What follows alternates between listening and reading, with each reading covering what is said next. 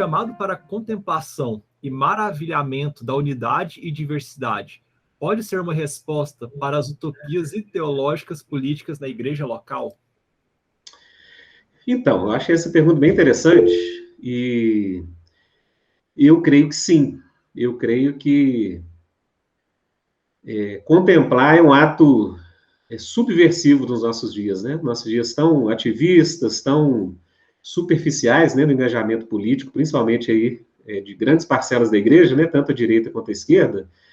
Eu acho que é um momento ótimo da gente aquietar o coração, contemplar, e se a gente contemplar de forma correta, né, a gente realmente vai encontrar essa verdade de que Deus é o Deus de unidade e diversidade.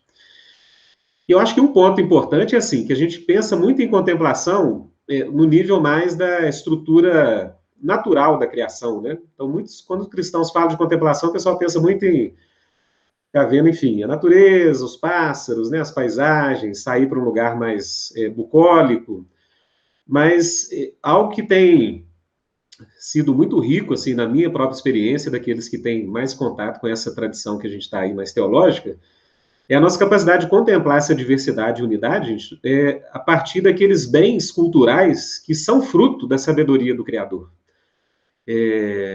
Então, assim, eu acho que autores como Kuyper e Dewey nos ajudam muito, né, a perceber que, por exemplo, estruturas culturais como o casamento, como a família, né, eles têm princípios internos que, digamos, foram positivados, né, no processo histórico por meio da ação cultural humana, mas que, na verdade, aqueles que realmente trazem bens, né, capitais, né, ou benefícios em potencial para a vida humana, eles são reflexo da sabedoria do Criador, mas no campo da cultura. Então, eu estenderia, né, essa ideia nossa de contemplação para essa dimensão de perceber essa sabedoria de Deus, essa multiforme graça e sabedoria de Deus, nesses aspectos mais institucionais da cultura, né?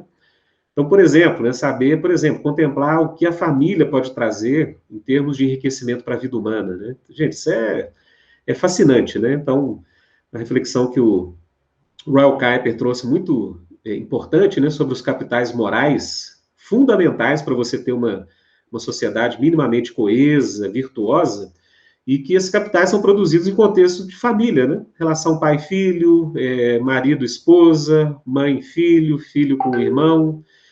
Então, gente, eu acho que essa capacidade de discernir a sabedoria de Deus na cultura, gente, nos nossos dias, eu acho que ela é ainda mais importante, no meu modo de ver, do que essa capacidade mais clássica que os cristãos têm de contemplar a diversidade nas obras naturais de Deus.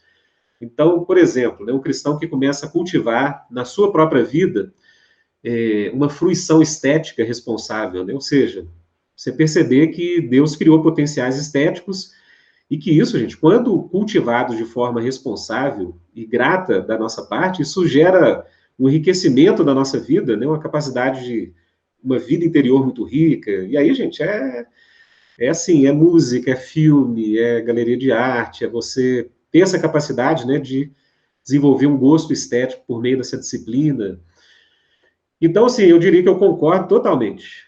Contemplar a unidade e diversidade é uma das saídas para a gente evitar esses reducionismos polarizadores que hoje ferem a igreja, né, tanto a esquerda quanto a direita. Gente, e está aí, né, essa diversidade está aí na cultura, né? A gente podia falar de sabedoria de Deus na área, uma esfera como a econômica, por exemplo, né, essa capacidade de certos empreendedores, né, de produzir bens e serviços que vão enriquecer a vida em sociedade, ao mesmo tempo gerar postos de trabalho, né, de forma justa, harmônica. A igreja, né, sua capacidade de produzir confiança nas pessoas e uma fé madura e rica, né, que vai produzir uma sociedade capaz de lidar com desafios. Como eu disse, família, arte, ciências. Então, assim, eu daria esse toque posterior, né, para a gente aprender, como seres culturais, a maioria de nós vivendo em grandes metrópoles, né, a perceber a sabedoria de Deus na cultura, sabe? Naqueles elementos da cultura que acabam expressando a própria sabedoria de Deus. Seja justiça, política, as artes, a ciência. Por quê, gente? Eu acho que esse tipo de contemplação hoje é reconhecer a importância dessas diversas instâncias culturais, é que vai, gente, nos livrar dessa polarização tão pobre que a gente vê hoje em dia, né?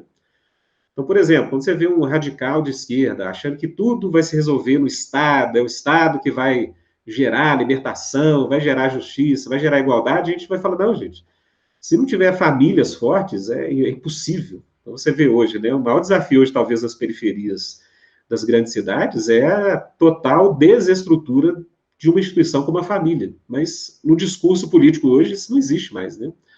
Então, eu acho que essa capacidade de ver como que essas instâncias culturais, elas cooperam com seus diversos serviços para uma vida mais plena, que está no campo também dessa capacidade de maravilhamento e contemplação, é que pode também nos livrar dessas utopias, dessas ideologias, que, via de regra, são reducionistas, né? Ou coloca ênfase só na família, só na moralidade sexual, né? Outro coloca só na dimensão do mercado, outro coloca só na dimensão do Estado. Então, eu creio que essa contemplação plena da criação de Deus e os frutos da cultura que procedem dessa criação, eu acho que podem nos ajudar muito, muito mesmo. Eu ia até, enquanto o Rodolfo falava, eu pensava como que as utopias são exatamente o contrário disso, né?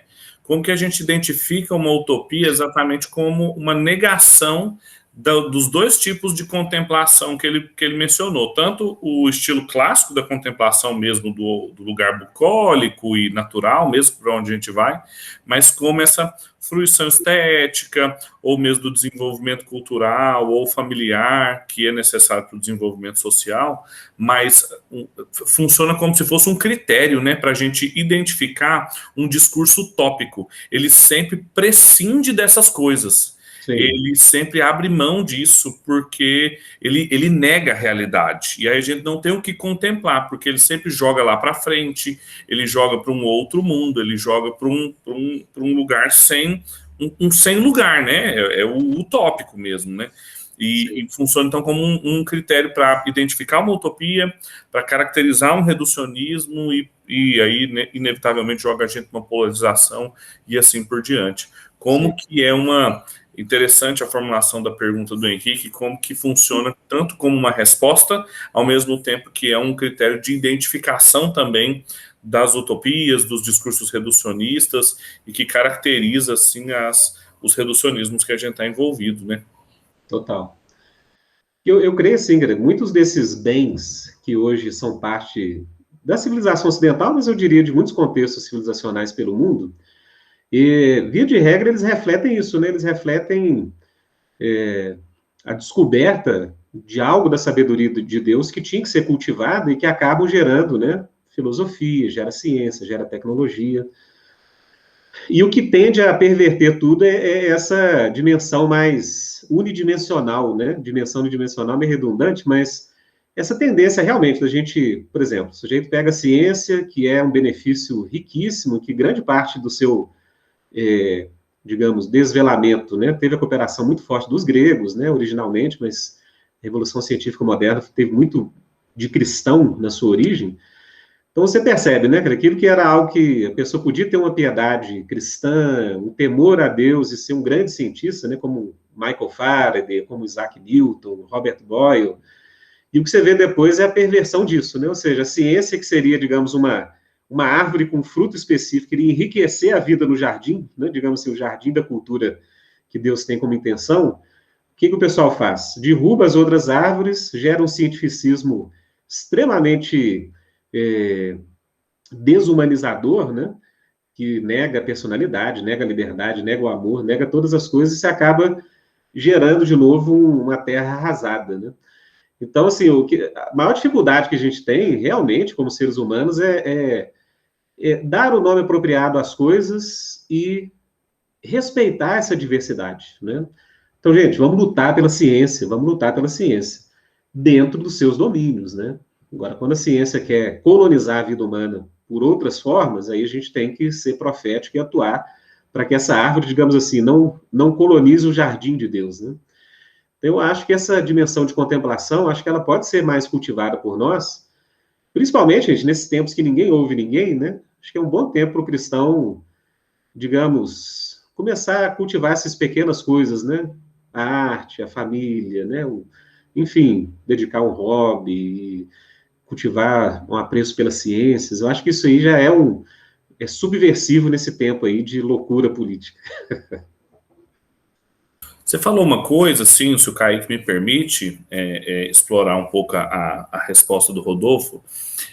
A gente podia chamar isso de uma espécie de micropolítica dentro da política, não pode, Rodolfo? Assim, isso seria, você até mencionou, falou assim, ó, é impossível a gente falar sobre sociedades fortes, com capital moral, sem o desenvolvimento disso dentro da família, né? A família é a que incuba isso, né? A incubadora das virtudes para a moralidade de uma sociedade. Então, não tem desenvolvimento social sem famílias fortes, as comunidades morais, né? Família, igreja.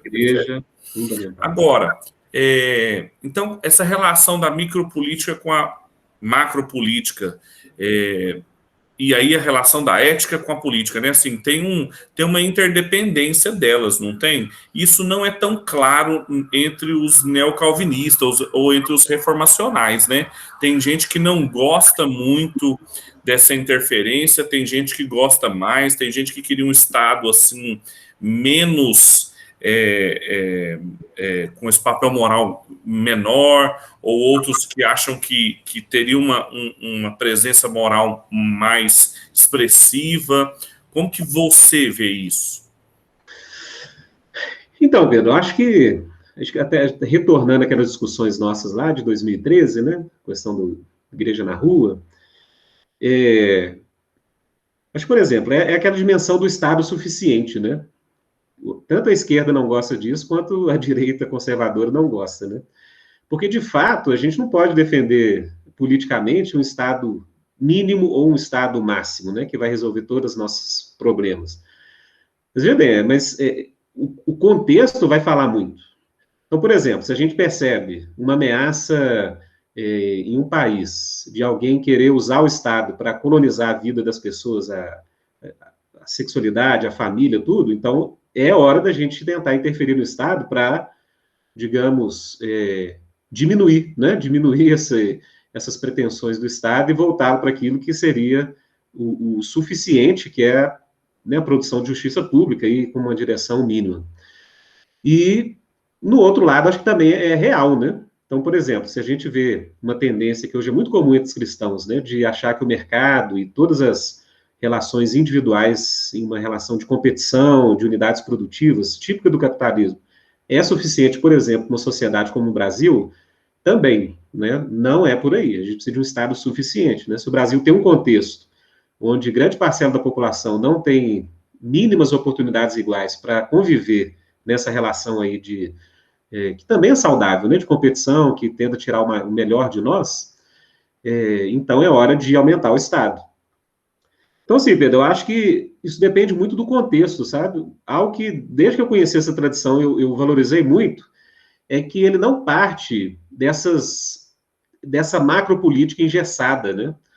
Então, assim, há contextos em que os cristãos, nessa tradição, né, que para mim é uma tradição muito bíblica e saudável, eles vão ter que lutar por um Estado mais atuante mesmo, né?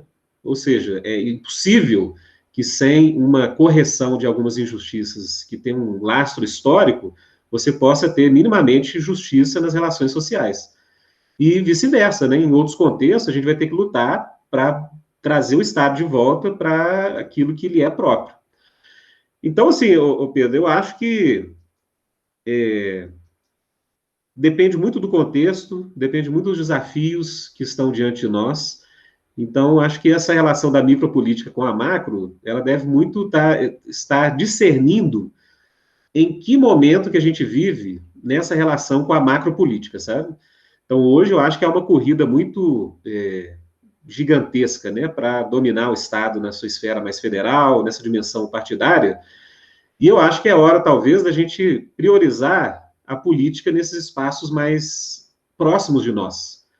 Porque eu acho que a coisa está tão tóxica, assim, está tão difícil, né, de qualquer grupo, por exemplo, vai ter essa pergunta, né, de neocalvinista se articular no Brasil.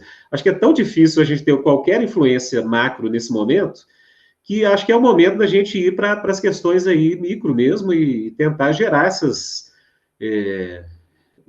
o Matt Bons usava esse termo, né, zonas de shalom, ou seja, tentar expressar essa riqueza da vida, seja na nossa igreja, na nossa comunidade local, nas nossas redes de relacionamento. Acho que a política também deve ser vista aí nesse ponto de, digamos, da sua importância no nosso nível mais próximo de possibilidade de influência de poder efetivo.